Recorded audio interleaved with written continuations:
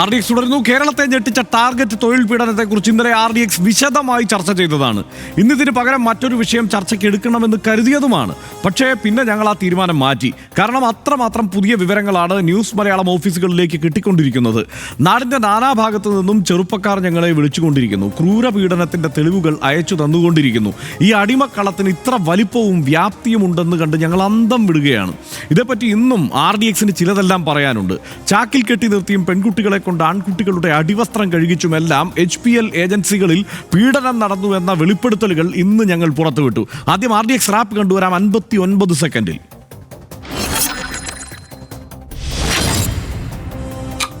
കാണെ വളർന്നു വെളിപ്പെടുകയാണ് ഹിന്ദുസ്ഥാൻ പവർ ലിങ്ക്സിന്റെ വിവിധ ഏജൻസികളിൽ നടന്ന ടാർഗറ്റ് പീഡനത്തിന്റെ കൊടും ക്രൂരത. കേരളത്തിൽ മിക്ക ജില്ലകളിലുമുള്ള HPL ഏജൻസികളിലും നടക്കുന്നത് കൊച്ചിയിലേതിന് സമാനമോ അതിലും ഹീനമോ ആയ പീഡനങ്ങൾ. ഹിന്ദുസ്ഥാൻ പവർ ലിങ്ക്സിന്റെ എല്ലാ ഏജൻസികളിലും ടാർഗറ്റ് പീഡനം നടക്കുന്നുണ്ടെന്ന് നിരവധി മുൻ ജീവനക്കാർ ഇന്ന് ന്യൂസ് മലയാളത്തോട് വെളിപ്പെടുത്തി. പ്രൊപ്രൈറ്റർ ജോയ് ജോസഫ് അടക്കമുള്ളവരിലേക്ക് അന്വേഷണം എത്താതിരിക്കാൻ കമ്പനി മുൻകരുതലെടുത്തിട്ടുണ്ട്. ഏജൻസികൾ തന്റെ കമ്പനിയിൽ നിന്ന് സാധനങ്ങൾ വാങ്ങുന്നവർ മാത്രം, അവരുമായി യാതൊരു ബന്ധവുമില്ലെന്ന് വരുത്തി തീർക്കാനാണ് ശ്രമം. രജിസ്ട്രേഷനും മറ്റും അത്തരത്തിലാണ്. എന്നാൽ ഏജൻസികളിൽ ജോയ് ജോസഫ് ക്ലാസ് എടുക്കുന്നതിന്റെയും മീറ്റിംഗുകളിൽ പങ്കെടുക്കുന്നതിന്റെയും എല്ലാം ദൃശ്യങ്ങൾ പുറത്തു വന്നുകൊണ്ടിരിക്കുന്നു.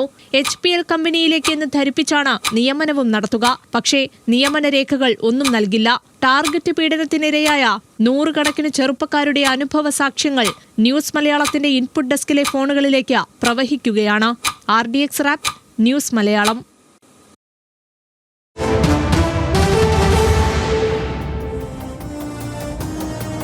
തെളിവ് വേണം, തെളിവ്, ഇനിയും വേണോ തെളിവ് എന്നുള്ളതാണ് അവസ്ഥ. ഒറ്റപ്പെട്ടതല്ല, ഒതുക്കി തീർക്കേണ്ട. ഹിന്ദുസ്ഥാൻ പവർ ലിങ്ക്സിലെ പീഡനം ഒറ്റപ്പെട്ടതാണ് എന്ന വാദം തെറ്റ് തന്നെയാണ്. കേരളത്തിൽ അങ്ങോളം ഇങ്ങോളം തൊഴിൽ ചൂഷണവും പീഡനവും നടക്കുന്നുണ്ട്. പെരുമ്പാവൂരിലെ ഏജൻസി സ്ഥാപനത്തിൽ മാത്രം നടന്നത് എന്ന പ്രചാരണം തെറ്റാണ് എന്ന് തെളിയുകയാണ്. HPL പ്രൊപ്പറേറ്റർ ജോയ് ജോസഫിന്റെ വാദങ്ങൾ പൊളിക്കുന്ന പീഡന സാക്ഷ്യങ്ങളാണ് അതിനുശേഷം ഇപ്പോൾ നമുക്ക് കിട്ടിക്കൊണ്ടിരിക്കുന്നത്. കേരളമെമ്പാടും പീഡനം നടന്നിട്ടുണ്ട് എന്നതിൻ്റെ തെളിവുകൾ നമുക്ക് ലഭിച്ചുകൊണ്ടിരിക്കുന്നു. വിവിധ ജില്ലകളിൽ കൊടിയ പീഡനം നേരിട്ട ചെറുപ്പക്കാരുടെ വെളിപ്പെടുത്തലുകളാണ് ഇപ്പോൾ നമുക്ക് മുന്നിലെത്തുന്നത്. കാസർഗോഡ് HPL ഏജൻസിയിൽ ജീവനക്കാരെ നായ്ക്കളെ പോലെ നടത്തിക്കുന്നതിൻ്റെ ദൃശ്യങ്ങൾ ഇന്ന് ന്യൂസ് മലയാളം പുറത്തുവിട്ടു. കാഞ്ഞങ്ങാട് ലീഗ് ഗ്രാൻഡ് ബ്രാഞ്ചിലെ മുൻ ജീവനക്കാരൻ്റെ വെളിപ്പെടുത്തൽ ഇന്നുണ്ടായി. പീഡനം മാനേജർ പോസ്റ്റിലെത്തിയാൽ ആണ് 1 ലക്ഷം രൂപ ശമ്പളം വാഗ്ദാനം ചെയ്തിട്ടുണ്ട്. മാനേജർ പോസ്റ്റിലെത്തിയാൽ ചാക്കിൽ കെട്ടി തല മാത്രം പുറത്താക്കി നിർത്തിച്ചു എന്നുള്ള പരാതി ഉയർന്നിട്ടുണ്ട്. അതിൻ്റെ ദൃശ്യങ്ങൾ നമുക്ക് കാണാം. ചാക്കുകളിൽ ഈ ആക്ഷേപ വാക്കുകൾ കൂടി എഴുതി വെച്ചുകൊണ്ടാണ് ഈ കുട്ടികളെ അപമാനിച്ചിട്ടുള്ളത്. പഴം ചവച്ചു തുപ്പിയതിന് ശേഷം അത് കൈകൊണ്ടെടുപ്പിക്കുക, മുളകും പാവയ്ക്കയും തീറ്റിക്കുക, തലയിൽ മുട്ടയടിച്ച് പൊട്ടിക്കുക, കുപ്പിയിൽ വെള്ളം നിറച്ച് ചെവികളിൽ കെട്ടിത്തൂക്കിയിടുക, ഇതൊക്കെ പല ഏജൻസികളിൽ നടന്നുകൊണ്ടിരിക്കുന്നു. കണ്ണൂരിലെ HPL ഏജൻസിയിലും ടാർഗറ്റ് പീഡനം നടന്നു എന്ന് ഇന്നൊരു യുവതി വെളിപ്പെടുത്തി. മുട്ടത്തോട് പൊട്ടിച്ച് തറയിലിട്ട ശേഷം അത് നക്കിയെടുപ്പിച്ചത്രേ. മുട്ടുകുത്തി സ്റ്റെയർ കേസ് കയറ്റി സാങ്കല്പിക കസേരയിൽ ഇരുത്തി. ഇതൊക്കെയാണ് ഈ കച്ചവടം ചെയ്യാനായി പറഞ്ഞു വിട്ടിരിക്കുന്ന കുട്ടികൾ അനുഭവിക്കുന്ന പീഡനങ്ങൾ. അനുഭവിച്ച കൊടിയ പീഡനം തുറന്നു പറഞ്ഞ് ഒരു തിരുവനന്തപുരം സ്വദേശിനി കൂടി ഇന്ന് രംഗത്തെത്തി. സഹപ്രവർത്തകരായ ആൺകുട്ടികളുടെ അടിവസ്ത്രം കഴുകേണ്ടി വന്നു അവർക്ക്. കൈകൊണ്ട് ക്ലോസറ്റ് കഴുകിച്ചെന്നും വെളിപ്പെടുത്തലുണ്ടായി. മാനേജറായപ്പോൾ തനിക്കും ട്രെയിനികളെ ശിക്ഷിക്കേണ്ടി വന്നു എന്നും ഈ യുവതി വെളിപ്പെടുത്തി. ടാർഗറ്റ് അച്ചീവ് ചെയ്തപ്പോഴും പീഡനം നേരിടേണ്ടി വന്നു. മാനേജറായാൽ 20,000 രൂപ തരുമെന്നായിരുന്നു വാഗ്ദാനം. കിട്ടിയത് 8,000 രൂപ മാത്രമാണെന്നും ഈ കുട്ടി വെളിപ്പെടുത്തുന്നു. ഉൽപ്പന്ന വിലയിലും തട്ടിപ്പുണ്ട് എന്ന് HPLന്റെ ഒരു മുൻ ജീവനക്കാരൻ പാലക്കാട് സ്വദേശി അരുൺകുമാർ എന്ന് വെളിപ്പെടുത്തി. ഉൽപ്പന്ന വില കൂട്ടി വിൽക്കണം, ജീവനക്കാരൻ ലഭിക്കുന്നത് തുച്ഛമായ കമ്മീഷൻ, അതായത് 4 രൂപയൊക്കെയാണ് കമ്മീഷൻ കിട്ടുക. അനങ്ങാതെ ആണ് ഇപ്പോഴും ഇക്കാര്യത്തിൽ അധികൃതർ നിൽക്കുന്നത് എന്നുള്ളതാണ് സങ്കടകരം. തുറന്നു പറച്ചിലുകൾ ഇങ്ങനെ തുടരുമ്പോഴും പോലീസ് ഇറങ്ങിയിട്ടില്ല. കൊച്ചിയിലെ ലേബർ ഓഫീസർ നൽകിയത് പീഡനമല്ല എന്ന വിചിത്രമായ റിപ്പോർട്ടുമാണ്. ഒറ്റയടിക്ക് ഒരു ചോദ്യവുമില്ലാതെ, കഴിഞ്ഞ ദിവസം മാതൃഭൂമി പത്രം ചോദിച്ചതുപോലെ ഒരു ചോദ്യവുമില്ലാതെ ഒരു തീരുമാനത്തിലേക്ക് ലേബർ ഓഫീസർക്ക് എത്താൻ പറ്റുന്നുണ്ട്. അവിടെ ഇവിടെ പരിശോധന നടക്കുന്നു എന്ന് പറയുന്നു. നമ്മളെല്ലാ തെളിവുകളും ആർക്കും കൈമാറാൻ തയ്യാറാണ്. ഈ വിളിച്ച കുട്ടികൾ പറഞ്ഞ വിവരങ്ങൾ ആർക്കും കൈമാറാൻ തയ്യാറാണ്. സനീഷ്, ഇങ്ങനെയൊക്കെ ഉള്ളപ്പോഴും എന്തുകൊണ്ടാണ് ഇതിനെ ഇത്ര നിസ്സാരമായി ഒതുക്കി തീർക്കാനുള്ള സംഘടിതമായ ശ്രമമുണ്ടാവുന്നത്? ഇതിലേറ്റവും പ്രധാനപ്പെട്ട കാര്യം ഡാറ്റ ഷീറ്റിലും നമ്മുടെ റാപ്പിലും വന്നില്ല എന്നുള്ള തോന്നലായിരിക്കുള്ളൂ. അതിലേറ്റവും പ്രധാനപ്പെട്ട കാര്യം ഹർഷൻ, ഇത് കഴിഞ്ഞ ദിവസം കേരളം ഒട്ടാകെ ഞെട്ടി. നമ്മൾ ഈ വാർത്ത കൊടുത്തപ്പോൾ ഞെട്ടിയിട്ട് പെട്ടെന്ന് ആ മുതലാളി വന്നിട്ട് മറ്റു മാധ്യമങ്ങളിലൂടെ ഇങ്ങനെയൊന്നും ഉണ്ടായിട്ടില്ല, അത് 2 വ്യക്തികൾ തമ്മിലുള്ള പ്രശ്നമാണെന്ന് പറഞ്ഞു. ലേബർ ഓഫീസറും വന്നിട്ട് ഇക്കാര്യം അവർ വ്യക്തികൾ തമ്മിലുള്ള പ്രശ്നമാണെന്ന് പറഞ്ഞു. അവിടെ പെട്ടെന്ന് അയ്യോ സമാധാനമായി. കേരളത്തൊന്നും ഇങ്ങനെ നടക്കില്ല കേട്ടോ എന്നിട്ട് ആളുകളെല്ലാം തിരിഞ്ഞു പോകുന്ന കാഴ്ചയാണ് നമ്മൾ കണ്ടത്. പക്ഷേ അതിന് ഘടകവിരുദ്ധമായിട്ടുള്ള, അല്ലെങ്കിൽ അത് കൊച്ചിയിലെ മാത്രം പ്രശ്നമല്ല എന്ന് ഈ കുട്ടികളെല്ലാം ഞങ്ങളെ വിളിച്ച് പറയായിരുന്നു. പക്ഷേ അതിന് തെളിവുണ്ടായിരുന്നില്ല. ഇന്നത്തെ ഏറ്റവും പ്രധാനപ്പെട്ട സംഭവം ഇന്ന് ഷീന മാർട്ടിൻ റിപ്പോർട്ട് ചെയ്ത് അതിനുള്ള തെളിവാണ്. അതായത് കാസർഗോഡ് മറ്റൊരു സ്ഥലത്ത് ഇതേപോലെ ഈ പട്ടികളെ പോലെ നടത്തുകയാണ്. അതിൻ്റെ ദൃശ്യങ്ങൾ തന്നെയും ഇതിനകത്ത് വന്നു. അതാണ് ഇന്നത്തെ ഏറ്റവും പ്രധാനപ്പെട്ട കാര്യം. അതാണ് ഇത് കേരളം മുഴുവൻ നടക്കുകയാണെന്ന് നമ്മളോട് കുട്ടികൾ വിളിച്ചു പറഞ്ഞുകൊണ്ടിരിക്കുന്ന, അല്ലെങ്കിൽ ഈ ജോലി ചെയ്യുന്ന ചെറുപ്പക്കാർ വിളിച്ചു പറഞ്ഞുകൊണ്ടിരിക്കുന്ന സംഭവങ്ങൾ ഇങ്ങനെ നടക്കുകയാണ്. പക്ഷേ ഞാൻ പെട്ടെന്ന് അവസാനിപ്പിക്കും. ആശാവർക്കന്മാരുടെ സമരം എന്തിനാണ് നടക്കുന്നത്? 7,000 രൂപയുള്ള അവരുടെ പൈസ 21,000 രൂപയാക്കാനാണ്.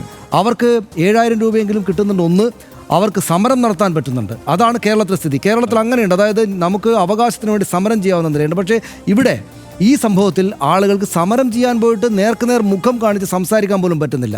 കേരളത്തിൽ ഇങ്ങനെ നടക്കുകയില്ല എന്ന് പറഞ്ഞിട്ട് ആദ്യം ഞെട്ടിയ ആളുകൾ തിരിഞ്ഞ് പിന്നോട്ട് പോകുന്നതാണ് കാണുന്നത്. അത് പക്ഷെ അവിടെ കൊണ്ട് അവസാനിക്കില്ല.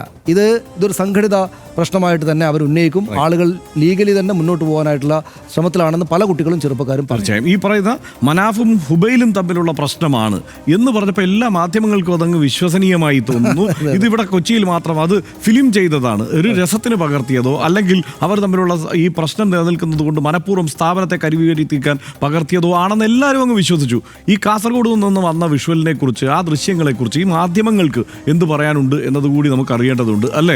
ഈ മാധ്യമം ഒറ്റയടിക്ക് അതിലെനിക്ക് ഏറ്റവും സങ്കടകരമായി തോന്നിയ ഒരു കാര്യം, ഈ പലപ്പോഴും ഈ സോഷ്യൽ മീഡിയയിൽ വളരെ സജീവ സാന്നിധ്യമായ ബ്രൂട്ട് ഇന്ത്യ പോലെയുള്ള മാധ്യമങ്ങളുണ്ടല്ലോ, അവരൊക്കെ ഈ സ്വാഭാവികമാണ് ഈ ലെഗസി മീഡിയയുടെ ഈ അവർ പങ്കുവയ്ക്കുന്ന വിവരങ്ങൾ വിശ്വസിച്ചിട്ട് അതിനനുസരിച്ചാണ് അവരെല്ലാം ഈ റിപ്പോർട്ട് തയ്യാറാക്കിയിരിക്കുന്നത് എന്നുള്ളതാണ്. അതായത് ഈ നിലയ്ക്ക് ഫിലിം ചെയ്തതാണെന്ന് അവരങ്ങ് വിശ്വസിക്കുകയാണ്. സാധാരണ ഇതിൽ ഹർഷൻ ഇപ്പം മറ്റാരും കൊടുക്കുന്നത് നമ്മുടെ മാത്രം എക്സ്ക്ലൂസീവ് വാർത്തയാണെന്ന് പറഞ്ഞാൽ എല്ലാ മാധ്യമങ്ങളും സന്തോഷിക്കുക ചെയ്യുക. പക്ഷേ ഇക്കാര്യത്തിൽ എനിക്ക് അവരാരും കൊടുക്കാത്തതുകൊണ്ടൊന്നും ദോഷമുണ്ടായിട്ടില്ല. കാരണം ആ കുട്ടികളുടെ രോഷം നിശ്ചയമായിട്ടും അത് എത്തേണ്ടടുത്ത് എത്തും. പക്ഷേ ഈ മാധ്യമങ്ങൾ കേരളത്തിൽ ഇത്രക്ക് വലിയൊരു പ്രശ്നം നടക്കുമ്പോൾ ആശാവർക്കന്മാരുടെ സമരത്തിന് നിശ്ചയമായിട്ടും അതിന് പിന്തുണ കൊടുക്കേണ്ടതെന്നല്ല പറയുന്നത്. പക്ഷേ അത്തരം അനീതികൾ പോലും ഒട്ടും വകവെച്ച് കൊടുക്കാത്ത സംസ്ഥാനത്തെ മാധ്യമങ്ങളും മറ്റ് സംവിധാനങ്ങളും ഇങ്ങനെ മിണ്ടാതിരിക്കുക എന്നുള്ളത് സങ്കടകരമായ ഒരു കാര്യമാണ്. ഇതേ ഫ്രറ്റേണിറ്റിയുള്ള ആളുകളായതുകൊണ്ട് എനിക്ക് അവരോട് ഒരു അഭ്യർത്ഥനയുണ്ട്. നിങ്ങൾ എന്ത് കാരണങ്ങളായാലും, അവരുടെ കാരണങ്ങളെക്കുറിച്ച് എനിക്കൊരു ധാരണയൊക്കെ ഉണ്ട്, പക്ഷേ എന്ത് കാരണങ്ങളാണെങ്കിലും ഇത് ഭയങ്കരമായിട്ടുള്ള മനുഷ്യാവകാശ ലംഘനമാണ്.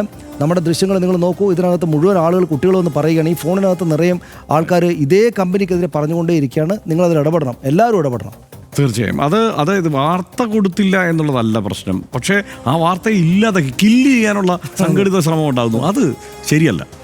ഇതൊരു ഒറ്റപ്പെട്ട സംഭവമായോ മാനേജർമാർക്കിടയിലുള്ള ഈഗോ ക്ലാഷായോ ഈ കൊടിയ പീഡനത്തെ തള്ളിക്കളയേണ്ടതല്ല. ന്യൂസ് മലയാളം ഓഫീസുകളിലേക്ക് കേരളത്തിൻ്റെ 14 ജില്ലകളിൽ നിന്നും എത്തിക്കൊണ്ടിരിക്കുന്ന ഫോൺ കോളുകൾ സംസാരിക്കുന്ന തെളിവുകളാണ്. ഇവയൊക്കെ ഏത് അന്വേഷണ ഏജൻസികൾക്കും കൈമാറാനും ഞങ്ങൾ തയ്യാറാണ്. ഈ തൊഴിൽ ചൂഷണത്തിനും ക്രൂരതയ്ക്കുമെതിരെ നടപടിയും ഇതിന് പരിഹാരവും ഉണ്ടാക്കണമെന്ന് RDX ആഗ്രഹിക്കുന്നു. ന്യൂസ് മലയാളത്തിൻ്റെ ടാർഗറ്റ് പീഡനം സംബന്ധിച്ച വാർത്തകൾ തുടരുക തന്നെ ചെയ്യും. RDX ഇവിടെ പൂർത്തിയാവുന്നു. Good night.